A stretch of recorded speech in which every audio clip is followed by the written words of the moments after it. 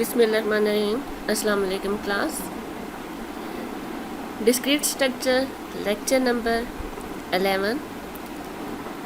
Last lecture में हमने कुछ लॉजिकल इक्विवेलेंसेस, कुछ लॉज को डिस्कस किया था और जैसे कि आपको याद हो तो मैंने आपको बताया था कि ये लॉज आपने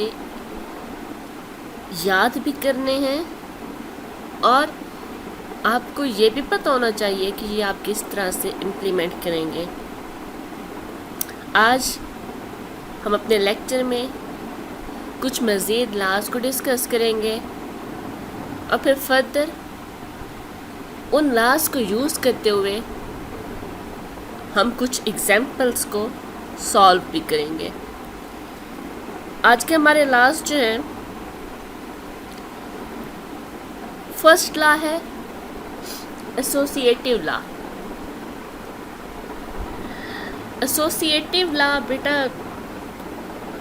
सिंपल लॉ है हमारे पास एक, ये याद रखना है। इसमें हमने 3 वेरिएबल्स यानी 3 प्रोपोजिशंस को यूज़ करना है। अब यहाँ पे एक स्टैंडर्ड फार्मूला के अंदर हमने पी क्यू आर यूज़ किया है, लेकिन हो सकता है जब हम क्वेश्चन सॉल्व कर रहे हो तो तब पी क्यू आर की जगह पे कोई भी हमारे पास स्टेटमेंट या कोई भी प्रपोजिशन हो सकती है, लेकिन उसे हमने सॉल्व एसोसिएटिव लॉ के थ्रू कैसे करना होगा। एक तो थ्रू आउट आपने याद रखना है, एसोसिएटिव लॉ में थ्रू आउट आपके पास जो एक्सप्रेशन बन रहा होगा उसमें एक ही ऑपरेटर यूज़ हो रहा होगा, या तो वो एंड ऑपरेटर होगा या तो वो और ऑपरेटर होगा। अगर आप यहाँ पे देख रहे हैं तो ये देखें P, Q और R 3 हमारे पास प्रपोजिशंस थी। P और Q हमारे पास ब्रैकेट में थे, यानी पहले इन दोनों को सॉल्व किया गया। यहाँ से जो रिज़ल्ट आएगा उस रिज़ल्ट को हमने R के साथ उसका हमने और लिया। अब यहाँ पे जो रिज़ल्ट आएगा और अगर हम Q और R का पहले हम और ले लें, उसके रिज़ल्ट को P के साथ लें, तो जो रिज़ल्ट आएगा वो इक्वल होगा। ये है एसोसिएटिव लॉ, यानी कि हमारे पास अगर सेम ऑपरेटर है, ये याद रखना सेम ऑपरेटर हो। अगर ऐसा होता यहाँ पे हमारे पास कोई और ऑपरेटर होता तो फिर वो हमारे पास डिस्ट्रीब्यूटिव लॉ में चला जाता, फिर हम उसे इस तरह से सॉल्व नहीं कर सकते थे। सेम ऑपरेटर होने पे आपके पास ब्रैकेट किसी भी 2 वेरिएबल्स पे हो सकती है, आपके पास रिजल्ट उसका सेम ही आएगा। सही है। इसी तरह से ये हमारे पास एसोसिएटिव लॉ फॉर कंजंक्शन है, इसमें भी वही चीज़ है। आप देखें थ्रू आउट स्टेटमेंट में आपके पास कंजंक्शन ही यूज़ हो रही है, और कंजंक्शन आप पी क्यू पे लें या क्यू आर पे लें, आपके पास रिजल्ट सेम आएगा। ये एसोसिएटिव लॉ है। इसके बाद डिस्ट्रीब्यूटिव लॉ। डिस्ट्रीब्यूटिव लॉ में हमारे पास at a time 2 operators use होंगे। यहाँ पे देखिए हमारे पास सबसे पहले हम ब्रैकेट को देखें तो ब्रैकेट में हमारे पास यहाँ पे कंजंक्शन यूज़ हो रही है और बाहर हमारे पास क्या यूज़ हो रहा है, डिस्जंक्शन। अगर ऐसा होता है तो किस तरह से हम इसे सॉल्व करेंगे। जैसे सिंपली भी अगर हम देखें ना तो फॉर एग्जांपल हमारे पास ये P है, ये हमारे पास डिस्जंक्शन है और ये हमारे पास Q है। जब हम इससे मल्टीप्लाई करेंगे अंदर तो हमारे पास ये एक ब्रैकेट में चला जाएगा, फिर साइन ये आएगा और ये वाला पोर्शन आप इस R के साथ आ जाएगा। ठीक है। हमने P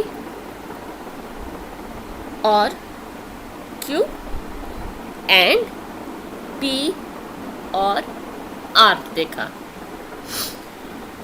सेम इसी तरह से इस साइड को भी छोड़ दें ताकि आपको पता चले कि आपको समझ आ गई है। अब हमारे पास यहाँ पे P, ये हमारे पास एंड, और ये हमारे पास पोर्शन Q और R, ये ब्रैकेट में आएगा Q और R, ब्रैकेट इस पे आपने लगा भी देनी है। अब वही चीज़ है आपके पास P एंड Q और P एंड R, और दरमियान में आपका ऑपरेटर वो ऑपरेटर जो ब्रैकेट के दरमियान में भी मौजूद है। ये डिस्ट्रीब्यूटिव लॉ हो गया। डी मॉर्गन्स लॉ हम पहले भी डिस्कस कर चुके हैं। डी मॉर्गन्स लॉ में हम निगेशन लेंगे, negation of P and Q equals to negation of P और negation of Q। Negation of P और Q is equals to negation of P and negation of Q। De Morgan's law हमने last lecture में भी discuss कर लिया था। उसके बाद है एब्जॉर्प्शन लॉ। एब्जॉर्प्शन लॉ इसे इसलिए कहते हैं क्योंकि ये हमारे पास अपने साथ मौजूद वैल्यूज़ को अपने अंदर एब्जॉर्ब कर लेता है। यहाँ पे हमने P को लेना है, इस P के साथ हमने मल्टीप्लिकेशन करनी है, बल्कि यहाँ पे हमारे पास P है, P के साथ हम पहले यहाँ पे डिस्जंक्शन यानी एडिशन यूज़ कर रहे हैं। ब्रैकेट में हमारे पास P मल्टीप्लाई Q आ रहा है, सही है। अब ये इक्वल्स टू P होगा,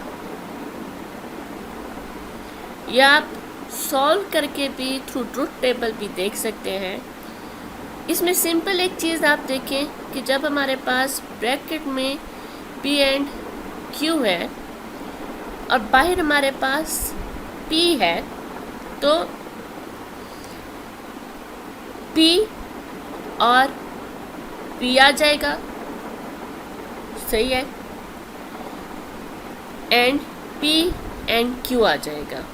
यहाँ से P हमारे पास अलग हो गया, और P एंड Q को जब हम सॉल्व करेंगे तो वो हमारे पास आंसर सेम देगा, जो कि P का आंसर होगा। ये हमारे पास एब्जॉर्प्शन लॉ कहलाता है। फिर उसके बाद निगेशन लॉ, जिसमें हम एक वेरिएबल को उसके निगेशन के साथ यूज़ करते हैं। P था, P का हम अगर यहाँ पे और लें निगेशन ऑफ P के साथ, फॉर एग्जांपल P ट्रू है तो उसकी निगेशन क्या होगी, फॉल्स होगी। ट्रू और फॉल्स आपके पास आंसर क्या आएगा, ट्रू। फिर P हमारे पास फॉल्स है, उसकी निगेशन क्या होगी, ट्रू होगी। फॉल्स और ट्रू हमारे पास दरमियान में डिस्टिंक्शन है, इसमें भी आंसर ट्रू आएगा। इसी तरह से P and negation of P, ये इक्वल्स टू फॉल्स आएगा। P बेशक ट्रू हो, निगेशन ऑफ P हमारे पास फॉल्स आ जाएगा। तो क्योंकि दरमियान में हमारे पास कंजंक्शन यूज़ हो रही है, कंजंक्शन में होता है कि एक भी फॉल्स आ जाएगा। तो आप देखें एक टाइम पे एक फॉल्स तो लाजमी आएगा। P ट्रू है तो उसकी निगेशन फॉल्स होगी, और P फॉल्स है तो उसकी निगेशन ट्रू होगी। तो P फॉल्स था, एक फॉल्स एक टाइम पे आएगा ही आएगा। तो ओवरऑल हमारे पास जब ऐसी कंडीशन बनेगी तो उसका आंसर F आएगा, यानी फॉल्स होगा। ये हमारे पास निगेशन लॉ था। ये तकरीबन 10 लॉज हैं जो कि आपने याद रखने हैं। जैसे मैथ के बहुत सारे फार्मूलाज आप याद रखते हैं, उसी तरह से डिस्क्रीट स्ट्रक्चर के ये 10 फार्मूलाज भी आपने याद रखने हैं। यहाँ पे डी मॉर्गन लॉ की एक एक्सटेंशन मेंशन की है मैंने। डी मॉर्गन लॉ जैसे सिंपल डी मॉर्गन लॉ है ना, तो यहाँ पे आप देखें सिर्फ 2 ही वेरिएबल यूज़ होंगे।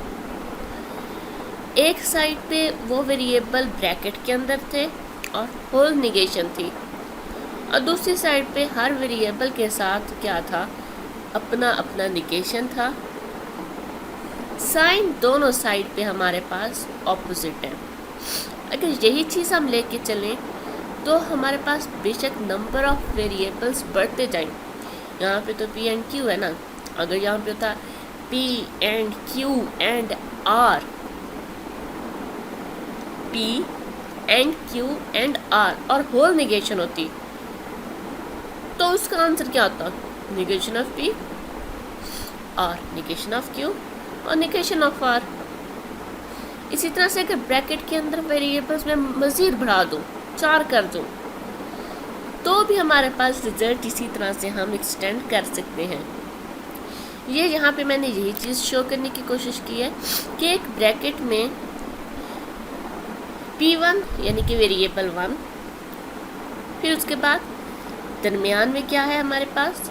Conjunction distinction, P1 distinction, P2 distinction, P3 up to P of n, यानी अनलिमिटेड क्वांटिटी हो सकती है, 10 हो सकते हैं, 20 हो सकते हैं, कोई भी वेरिएबल यहाँ पे आ सकता है।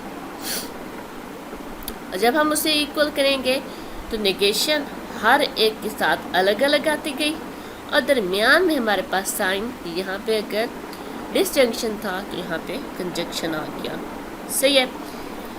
इसी को हमने यहाँ पे सम अप करके इस फार्मूले को लिख दिया कि अगर हमारे पास कोई भी स्टेटमेंट है और वो स्टेटमेंट के साथ हमारे पास यूज़ क्या हो रही है? डिस्टिंक्शन, और वो डिस्टिंक्शन 1 to n जा रही है, यानी उसकी इनिशियल वैल्यू क्या है? 1 उस स्टेटमेंट की, उस p की, और वो अप टू जा कहाँ रही है? अप टू n जा रही है, अप टू n। तो हमारे पास क्या होगा? हमारे पास negation of P1 to n हमारे पास यहाँ पे आएगा। सही है। ये चीज़ आपने याद रखनी है। और सेम इसी तरह से मैंने एक और फार्मूला लिखा है, और इस फार्मूला के भी आपने इसके अकॉर्डिंग, जैसे मैंने ये स्टेटमेंट बनाई है, इसी तरह से आपने इस स्टेटमेंट को भी यहाँ पे लिखना है। ठीक है। एक चीज़ बेटा और भी यहाँ पे याद रखिएगा कि यहाँ पे ना आपका निगेशन भी आएगी, क्योंकि यहाँ पे देखें ना निगेशन सब के साथ आ रही है, तो यहाँ पे इस जगह पे P के साथ भी आपकी निगेशन आएगी। ये निगेशन यहाँ पे आपने डाल भी देनी है। और ये स्टेटमेंट मैंने लिख दिए। इसके अकॉर्डिंग ये फार्मूला को, मतलब इसको नज़र में रखते हुए आपने ख़ुद से यहाँ पे कोशिश करनी है कि इसका सम अप करके लिखे तो हमारे पास किस तरह की स्टेटमेंट बनती है। अगर हो जाएगा आपसे तो ठीक है, नहीं तो फिर मैं आपको बताऊँगी कि किस तरह से आप करेंगे और हम फर्दर डिस्कस करेंगे। ये कुछ हमारे पास मज़ीद लॉजिकल इक्विवेलेंसेस हैं जिनमें हम यूज़ कर रहे हैं कंडीशनल स्टेटमेंट्स को, यानी इफ़ P देन Q की कंडीशंस को हम यूज़ कर रहे हैं। इसमें भी हमारे पास ऑलमोस्ट वैसा ही सारा कुछ यूज़ होता है जैसे हमने पीछे अपने ये फार्मूलाज देखे थे, बस थोड़ा सा इसमें डिफरेंस है। और वो थोड़ा सा डिफरेंस इसमें है क्या? वो डिफरेंस इसमें ये है कि यहाँ पे हम एंड के साथ या और के साथ, पहले तो हम एंड के साथ और के साथ एंड को यूज़ करते थे, अब यहाँ पे एंड के साथ या और के साथ हम अपनी कंडीशनल स्टेटमेंट यानी कि इम्प्लाइज को यूज़ करेंगे। इन फार्मूलाज को इंशाल्लाह हम कल डिस्कस कर लेंगे। अभी मैं आपसे एक एग्जाम्पल शेयर करना चाह रही हूँ, और ये जो एग्जाम्पल है ये हमने सॉल्व करनी है कि इसकी दोनों साइड्स इक्वल हैं या नहीं, और इसके साथ साथ with the help of truth table आपने इसे यूज़ नहीं करना, इसे आपने with the help of truth table solve नहीं करना। तो चलते हैं और इस एग्जाम्पल को सॉल्व करते हैं जी। तो एग्जाम्पल मैं यहाँ पे सॉल्व कर रही हूँ। यहाँ पे हम चाह रहे हैं कि हम ये चीज़ देखें, निगेशन ऑफ ब्रैकेट में है P और negation of P and Q is logically equivalent to negation of P and negation of Q। अब बेटा इसमें ये चीज़ आपने याद रखनी है, आपने ट्रुथ टेबल्स को इसमें ना यूज़ नहीं करना। सबसे पहले हम यहाँ पे एक चीज़ आप देखें तो हमारे पास अगर हम इसी स्टेटमेंट को लेके चलते हैं तो यहाँ पे आपके पास फार्मूलाज तकरीबन सारे मौजूद हैं। उन फार्मूलाज को अपने जहन में रख के अपने एक चीज़ देखनी है कि यहाँ पे आप कौन कौन सा फार्मूला यूज़ कर सकते हैं।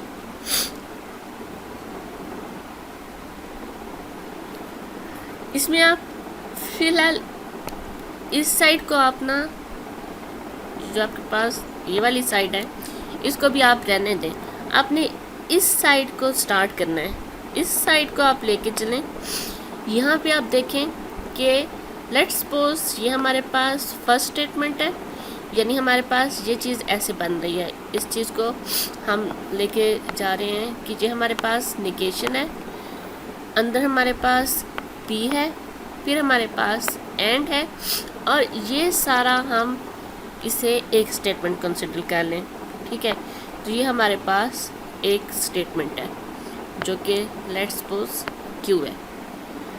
सही है, यानी P इक्वल्स टू P है, लेकिन Q को हमने लेट्स सपोज इक्वल कर दिया है negation of P and negation of Q के इक्वल। तो इस टाइप का फार्मूला आप देखें, हमने कोई पढ़ा है? हमने पढ़ा है, हमने डिमॉर्गन्स लॉ पढ़ा है। और डिमॉर्गन्स लॉ में ये चीज़ अगर आ जाए तो ये किसकी इक्वल होती है? ये इक्वल होती है negation of P and negation of Q के। और Q की वैल्यू हमारे पास क्या है? Q की वैल्यू हमारे पास है negation of P and negation of Q। तो ये चीज़ हम इसके ऊपर अप्लाई करते हैं अगर, तो बनेगा negation of P sign change, फिर निगेशन, और फिर निगेशन के अंदर Q जो कि हमारे पास था negation of P and Q। सही हो गया यहाँ तक। साथ में आपने मेंशन भी कर देना है कि यहाँ पे आपने डिमॉर्गन्स लॉ को यूज़ किया है। सही है, फर्स्ट स्टेटमेंट में यानी फर्स्ट स्टेप में हमने किस लॉ को यूज़ करते हुए अपनी स्टेटमेंट को चेंज किया? हमने डिमॉर्गन्स लॉ की हेल्प से उसे चेंज किया। उसके बाद नेक्स्ट देखते, नेक्स्ट अगर आप देखें तो यहाँ पे निगेशन है, ठीक है, और फिर ब्रैकेट में हमारे पास कोई वैल्यू है, यानी वैल्यू 1, फिर वैल्यू 1 के साथ एंड ऑपरेटर, और फिर वैल्यू 2। ऐसा फार्मूला क्या हम पढ़ चुके हैं? हम बिल्कुल ऐसा फार्मूला पढ़ चुके हैं, और ये भी वही डिमॉर्गन्स लॉ है। फिर से हम उसी डिमॉर्गन्स लॉ को यूज़ करेंगे, और अब आपने P की वैल्यू क्या लेनी है? निगेशन ऑफ P, और Q हमारे पास एज इट इज़ Q ही आ रहा है। ये चीज़ निगेशन ऑफ P एंड ये हमारे पास हमने, क्योंकि यहाँ पे ये फार्मूला अप्लाई करना है कि वैल्यू 1 एंड वैल्यू 2, और वैल्यू 1 की वैल्यू क्या है? निगेशन ऑफ P है। तो यहाँ पे हमारे पास डबल निगेशन आ जाएगा। सही है, यहाँ पे हमारे पास आएगा निगेशन ऑफ P और निगेशन ऑफ Q, ऐसे आ जाएगा ये। अब यहाँ पे आप देखें तो हम एक और फार्मूला यूज़ कर सकते हैं, और वो फार्मूला क्या है, डबल निगेशन लॉ। जब हम किसी वैल्यू की डबल निगेशन लेते हैं तो वो फिर से उसी के इक्वल ही आ जाता है, यानी कि P and negation of Q यहाँ पे बन जाएगा। ठीक है, क्योंकि डबल निगेशन की वजह से P इक्वल्स टू P बन गया। अब हमारे पास negation of P and bracket के अंदर P और निगेशन ऑफ Q बन रहा है। क्या ऐसा हमने कोई फार्मूला देखा है जिसके अंदर आपकी जो वैल्यू है उसमें एंड और दोनों यूज़ हो रहे हैं? तो अगर आपको याद हो बेटा, तो हमने अभी थोड़ी देर पहले ही डिस्ट्रीब्यूटिव लॉ पढ़ा है। हम यहाँ पे डिस्ट्रीब्यूटिव लॉ को अप्लाई कर सकते हैं। ठीक है, तो यहाँ से हम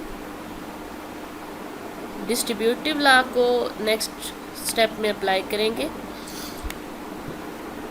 डिस्ट्रीब्यूटिव लॉ अगर आप देखें तो डिस्ट्रीब्यूटिव लॉ में एक वैल्यू हमारे पास, वो कोई वैल्यू भी हो सकती है, एक वैल्यू हमारे पास कहाँ पे मौजूद होगी, ब्रैकेट के बाहर, और एक वैल्यू हमारे पास मौजूद होगी, बल्कि दो वैल्यूज़ हमारे पास मौजूद होंगी ब्रैकेट के अंदर।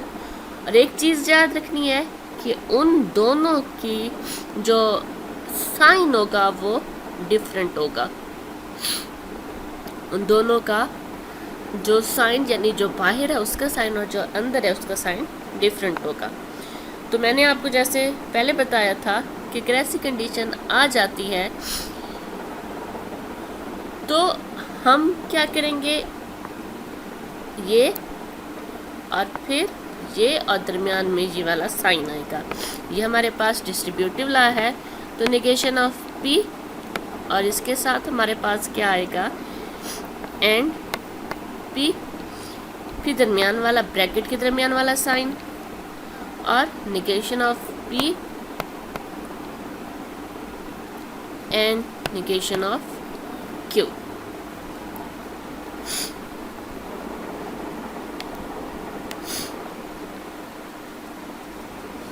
ठीक है, यहाँ पे हमने यूज़ किया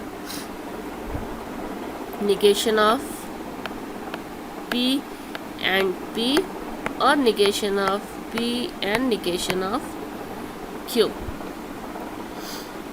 यहाँ तक अगर आप लोगों को क्लियर है, तो इसके बाद डिस्ट्रीब्यूटिव लॉ के बाद हम यहाँ पे देखेंगे कि negation of P and T किसके इक्वल होता है, ये F के इक्वल होता है। आइडेंटिटी लॉ हमारा है ये कि जब हम P और निगेशन ऑफ P के दरमियान में एंड लेंगे तो वो इक्वल्स टू F आएगा, और ये ब्रैकेट हमारे पास अभी तक एज इट इज़ आ रही है। अब कम्यूटेटिव लॉ को अगर हम यूज़ करें तो कम्यूटेटिव लॉ में हम जगह चेंज कर देते हैं, यानी ये अगर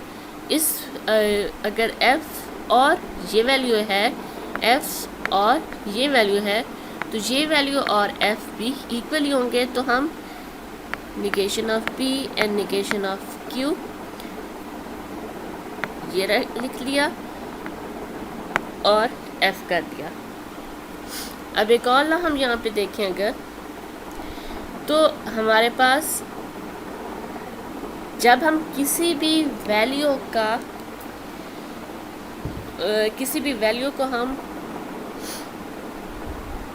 F के साथ डिसजंक्ट करते हैं तो वो f उसके अंदर एब्जॉर्ब हो जाता है,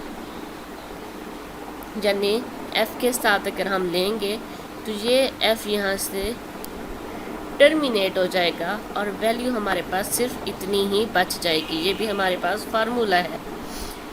अब देखें हम प्रूव क्या करना चाह रहे थे, यही चीज़ हम प्रूव भी करना चाह रहे थे। क्लियर है? अब बेटा यही चीज़ मैं स्लाइड से भी आपको बता देती हूँ।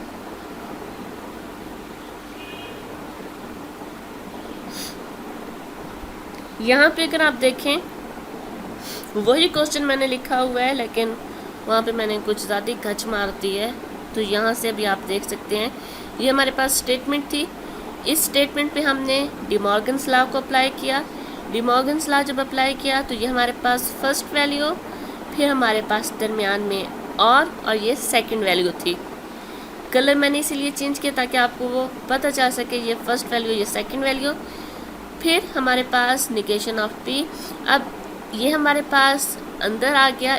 इस पे हम दोबारा से क्या करेंगे, डी मॉर्गन्स लॉ लगाएंगे। ये फर्स्ट वैल्यू और ये सेकंड वैल्यू, फर्स्ट वैल्यू पे अलग से निगेशन आ गया, सेकंड वैल्यू पे भी निगेशन आ गया। अब यहाँ पे हमने डबल निगेशन लॉ की वजह से इसे हमने इक्वल्स टू पी कर दिया।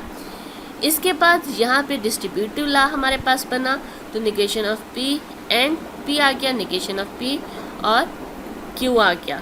फिर इसके बाद हमारे पास ये जो है इक्वल्स टू एफ होता है, आइडेंटिटी लॉ है ये हमारे पास। फिर आइडेंटिटी लॉ में हमारे पास ये इक्वल्स टू एफ आ गया। यहाँ पे हमारे पास ये वैल्यू आ गई। इस वैल्यू को कम्यूटेटिव लॉ के थ्रू हम इसे पहले और इससे हम बाद में ले गए। यहाँ पे अगर आप देखें तो किसी भी वैल्यू के साथ जब हम f को यूज़ करते हैं तो वो इक्वल्स टू दैट वैल्यू ही आता है। आइडेंटिटी लॉ हमने पढ़ा था, तो यहाँ पे एंड पे हमने आइडेंटिटी लॉ को यूज़ किया है और उसके अकॉर्डिंग हमारा जो आंसर है वो सेम आ गया। मुझे उम्मीद है आपको आज के लेक्चर की समझ नहीं आई होगी, लेकिन अगर समझ आ गई है तो अच्छी बात है, नहीं तो हम फर्दर मज़ीद इसे डिस्कस भी करेंगे। ओके क्लास, लेक्चर देख लें, एग्जाम्पल्स को समझ लें और फार्मूलाज को अपने पास लिख लें, क्योंकि फार्मूलाज लिखे हुए होंगे तभी आप फार्मूलाज पे फोकस करेंगे और उसके अकॉर्डिंग आप लेके उसे चलेंगे। ठीक है, कल के लेक्चर में मज़ीद हम इन एग्जाम्पल्स को कैरी करेंगे और इन फार्मूलाज पे मज़ीद डिस्कशन करेंगे। ओके क्लास, अल्लाह हाफिज़।